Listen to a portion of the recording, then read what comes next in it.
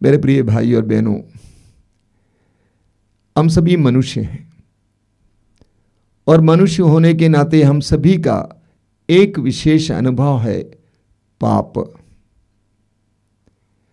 इस संसार में कोई भी मनुष्य ऐसा नहीं होगा जिसने पाप का एहसास ना किया हो। रोमियों की पत्र के अध्याय 3 उसके वाक्य 23 में संत पौलुस कहते हैं कि सबने पाप किया है। एवरीबडी, सबने पाप किया है। स्तोत्रकार कहते हैं स्तोत्र 51 उसके वाक्य 7 में, मैं अपनी माता के गर्भ से ही पापी। तो मनुष्य का यह अनुभव है पाप। हर मनुष्य किसी न किसी तरह के पाप और अपराध का शिकार जरूर हुआ है। दूसरी तरफ हम इस तरह के कार्यक्रमों के द्वारा, प्रार्थनाओं के द्वारा प्रभु की कृपा प्राप्त करना चाहते हैं।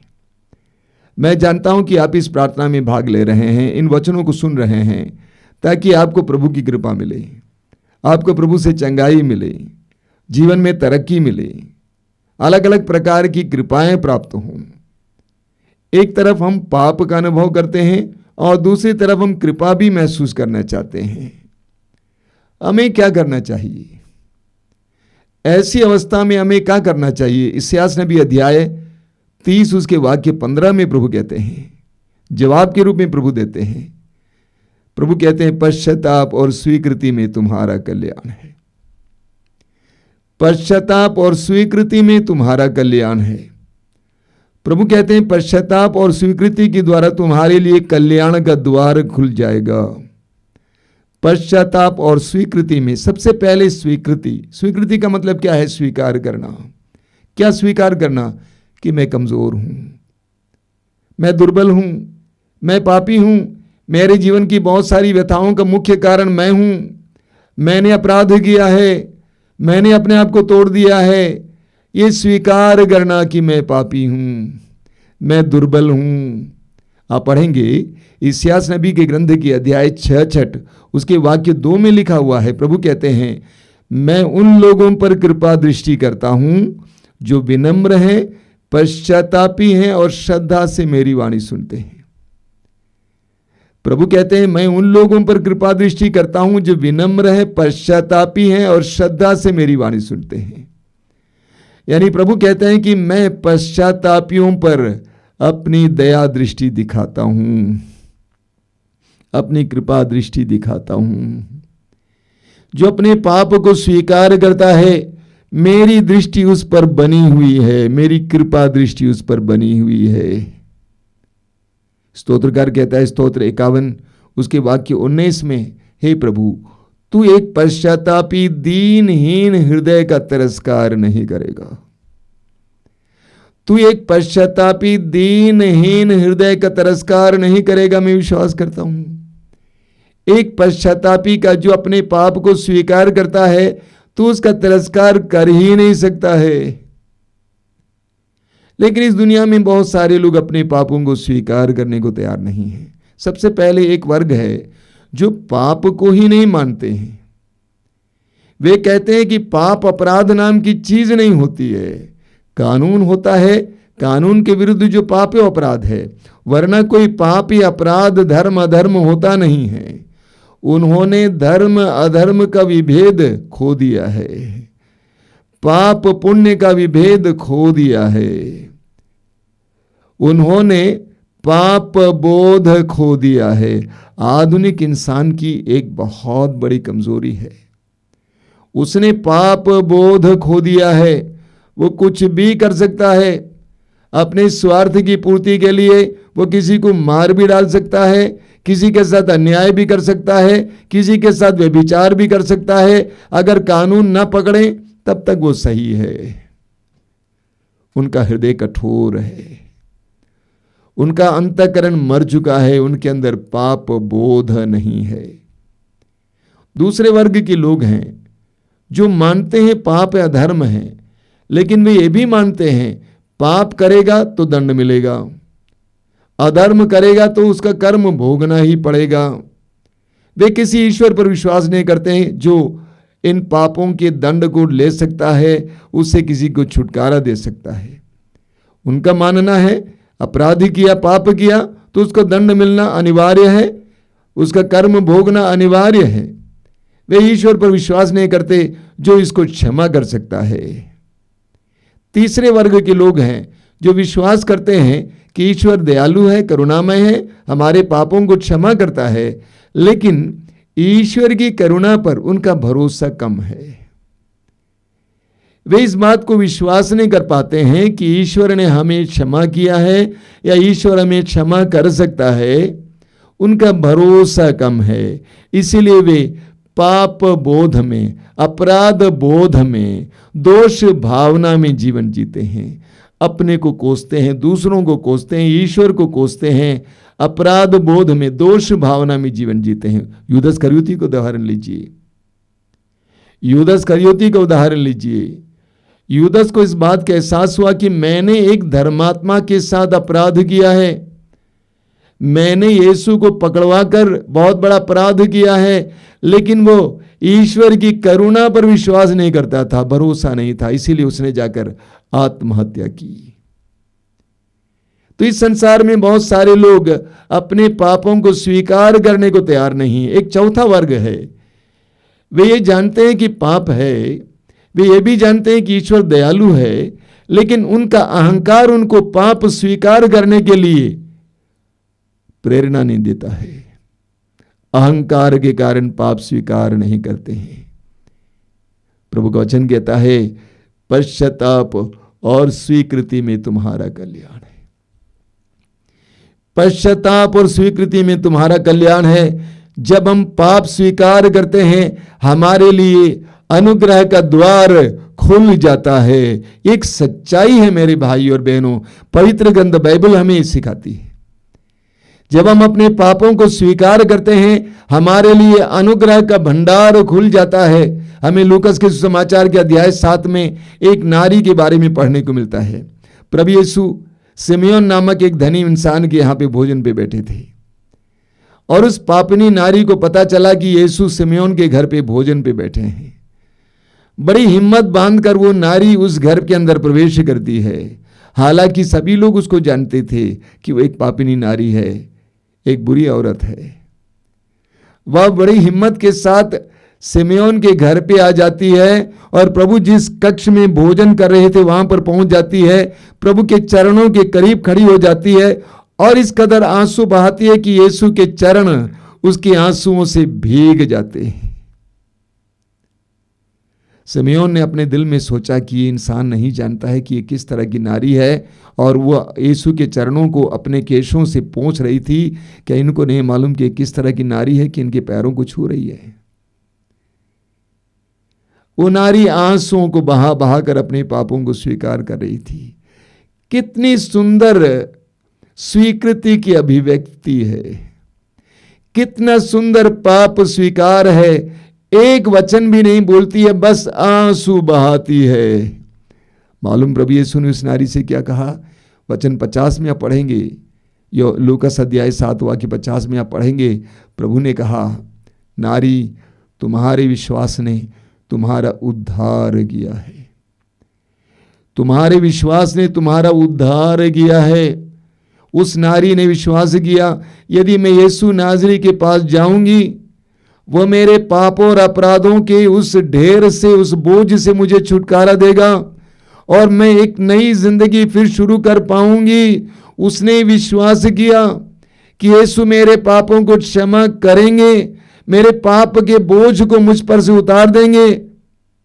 और प्रभु ने कहा, तुम्हारे विश्वास ने तुम्हारा उद्धार किया है, तुम्हारे पाप के बंधन से तुम स्वतंत्र हो गई हो। पाप के बंधन से, पाप के बोझ से, पाप के कलंक से, दाग से तुम स्वतंत्र हो गई हो, तुम आजाद हो गई हो, मुक्ति प्राप्त कर चुकी हो। बोलिए हालेलुया, हालेलुया, हालेलुया, हालेलुया। प्रवक्ता ग्रंथ के अध्याय 20 उसके वाक्य 4 में लिखा हुआ है, जो अपना अपराध स्वीकार करता है उसे कोई हानि नहीं होगी। कितनी सुंदर बात है, कितना सुंदर वचन है।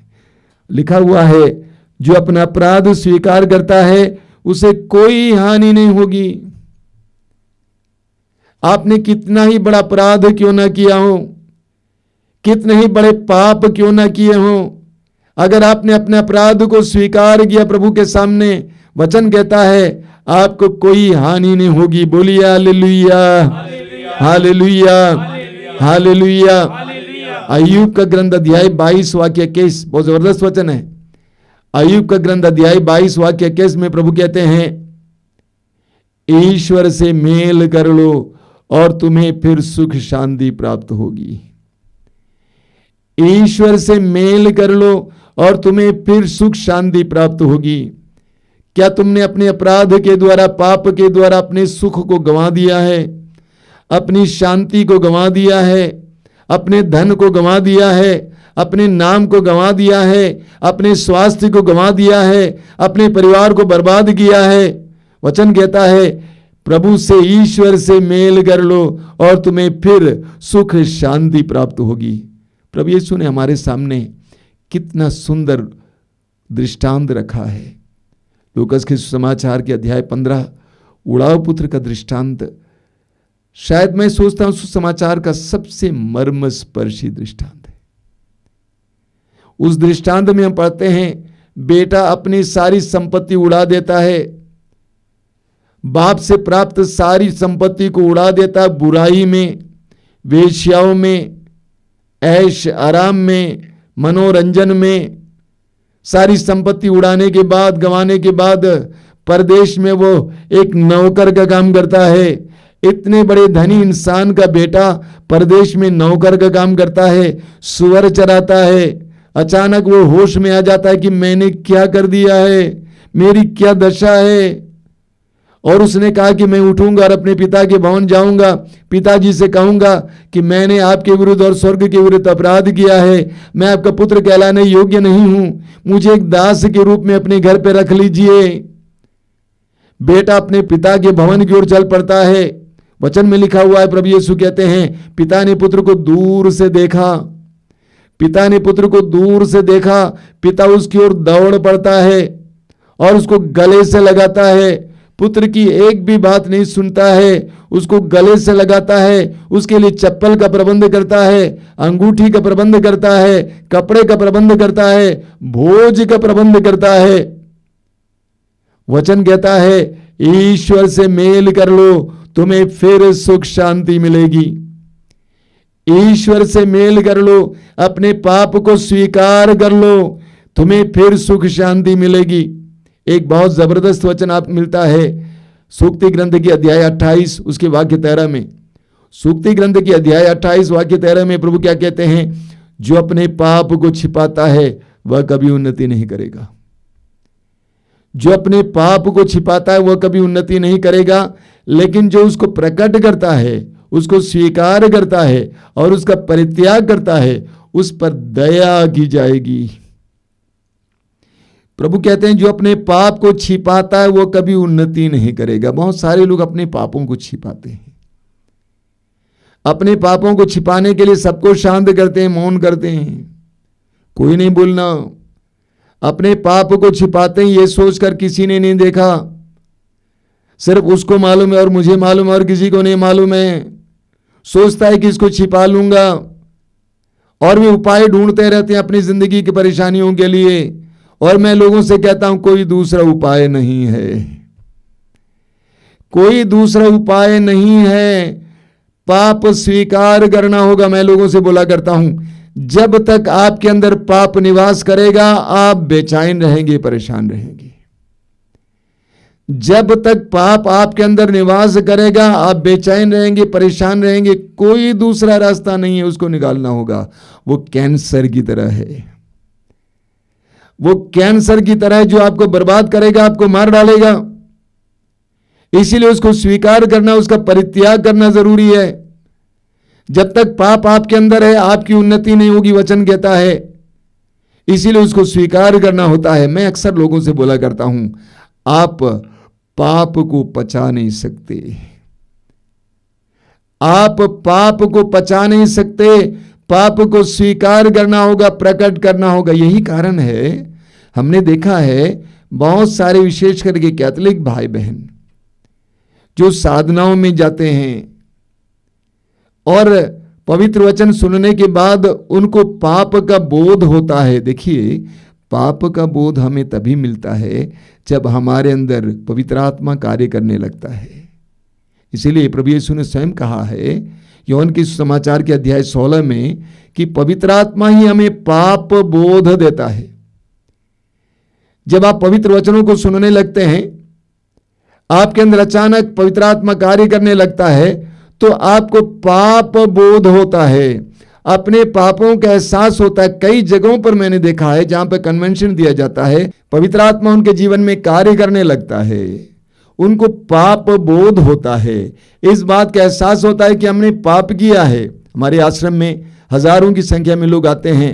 जब सबसे पहले लोग आते हैं उनको इस बात का ख्याल नहीं होता है। धीरे ही धीरे पवित्र वचन सुनने के बाद, प्रार्थना करने के बाद उनको अपनी गंदगी और अपने अपराधों का एहसास होता है, वे रोने लगते हैं। एक जगह पर अभी मुझे याद है, राजस्थान में सभा चल रही थी। उस सभा के पीछे एक लड़का था। वो लड़का वचन सुनने के बाद दौड़ के आगे की ओर आया, ये कहकर कि मुझे पाप स्वीकार करना, मुझे पाप स्वीकार करना है। तो पवित्र आत्मा ही हमें पाप बोध दे सकता है। जब हम अपने पापों को स्वीकार करते हैं तो हमारे लिए कृपाओं का भंडार खुल जाता है। यही कारण है कई कैथोलिक भाई बहन अच्छा पाप स्वीकार संस्कार ग्रहण करने के बाद उनके जीवन में जो बाधाएं थी, बाधाएं मिट जाती हैं, उनके लिए कृपा का द्वार खुल जाता है। बोलिए हालेलुया, हालेलुया, हालेलुया, हालेलुया। यूहन्ना के पहले पत्र के अध्याय 1 उसके वाक्य 9 में संत यूहन्ना कहते हैं, यदि हम अपने पाप को स्वीकार करते हैं, यदि हम अपने पाप को स्वीकार करते हैं तो प्रभु हमारे पापों को क्षमा करेगा और हमें अधर्म से छुड़ाएगा। जब हम अपने पाप को स्वीकार करते हैं क्या होता है? सबसे पहले प्रभु हमारे पापों को क्षमा करते हैं, दूसरा हमें अधर्म से छुड़ाते हैं।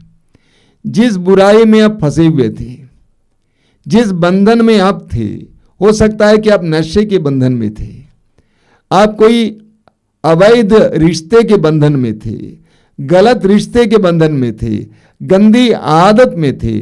जब आप सच्चा पाप स्वीकार करते हैं, अपना दिल खोलकर प्रभु के सामने पापों के लिए माफी मांगते हैं, तो प्रभु ये 2 कार्य आपके जीवन में करेंगे। सबसे पहले आपके किए हुए पापों को क्षमा करेंगे और दूसरा है प्रभु आपको उस अधर्म से छुड़ाएंगे, उस बुराई से बचा लेंगे, आपको स्वतंत्र करेंगे। Hallelujah, hallelujah, hallelujah, hallelujah, hallelujah, hallelujah.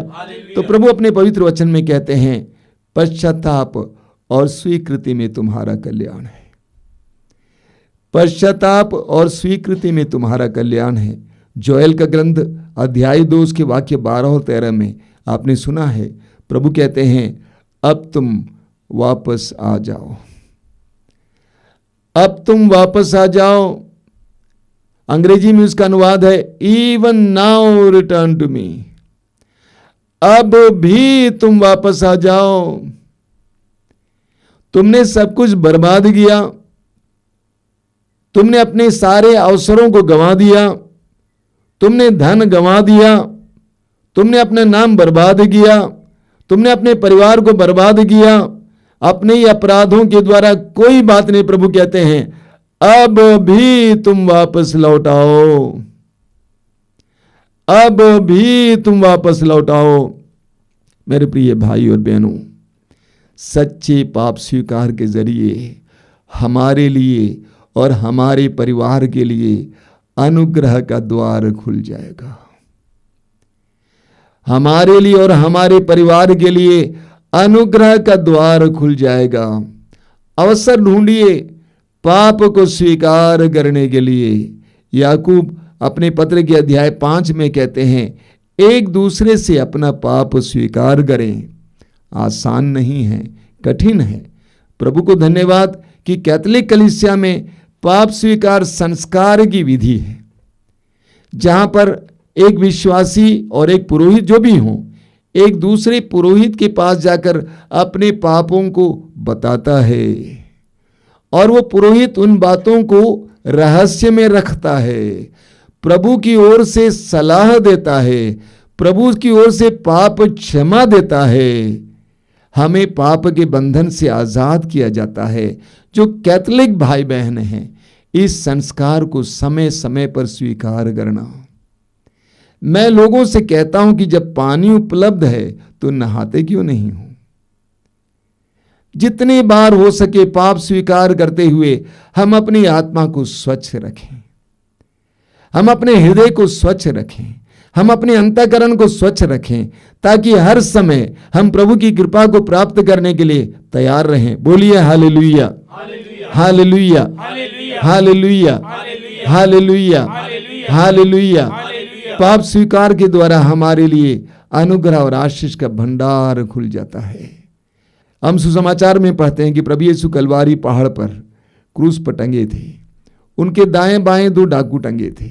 बाएं का डाकू लगातार यीशु को उपहास करता जा रहा था, लेकिन दाएं के डाकू ने यीशु को पहचान लिया और उसको अपने पाप का बोध हुआ। उसने महसूस किया कि हम जो भोग रहे हैं हमारी करनी का फल है। उसने यीशु की ओर मुड़कर कहा कि यीशु, जब आप अपने राज्य में होंगे मुझे भी याद करना। प्रभु ने उससे कहा, मैं तुमसे सच सच कहता हूं, आज ही तुम परलोक में मेरे साथ होगे। आज ही तुम परलोक में मेरे साथ होगे। अपने जीवन के अंतिम पल में उसने अपने पाप को स्वीकार किया और उसके लिए पश्चाताप किया। स्वर्ग का द्वार उसके लिए खुल गया और उसके द्वारा उसके परिवार के लिए आशीष का द्वार खुल गया। हर बार जब हम प्रभु के सामने अपने पापों को स्वीकार करते हैं, हमारे लिए अनुग्रह का द्वार खुल जाता है।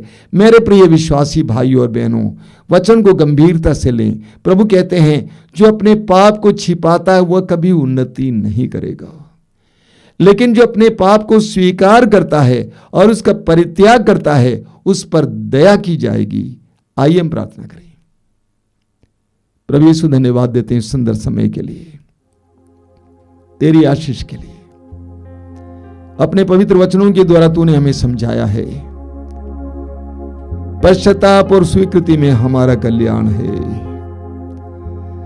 पश्चाताप और स्वीकृति में हमारा कल्याण है। जब तक पाप हमारे अंदर बसेगा तब तक हमारा कल्याण नहीं हो सकता है, जब तक कि हम पश्चाताप करें और स्वीकार ना करें।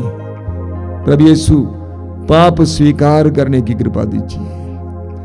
हमें नम्र बनाइए, हमें सच्चाई को जानने की कृपा दीजिए कि हमारे जीवन की कई विपत्तियां, परेशानियां हमारे ही पापों से आती हैं। अपने पापों के लिए क्षमा मांगने, माफी मांगने के लिए हमें कृपा देना। पश्चाताप करने, अपने पापों को स्वीकार करने की कृपा देना। यीशु, हमें कृपा देना, सच्चे पाप स्वीकार के लिए कृपा देना, ताकि हमारे लिए और हमारे परिवार के लिए अनुग्रह का द्वार खुल जाए, आशीषों का द्वार खुल जाए। आमीन।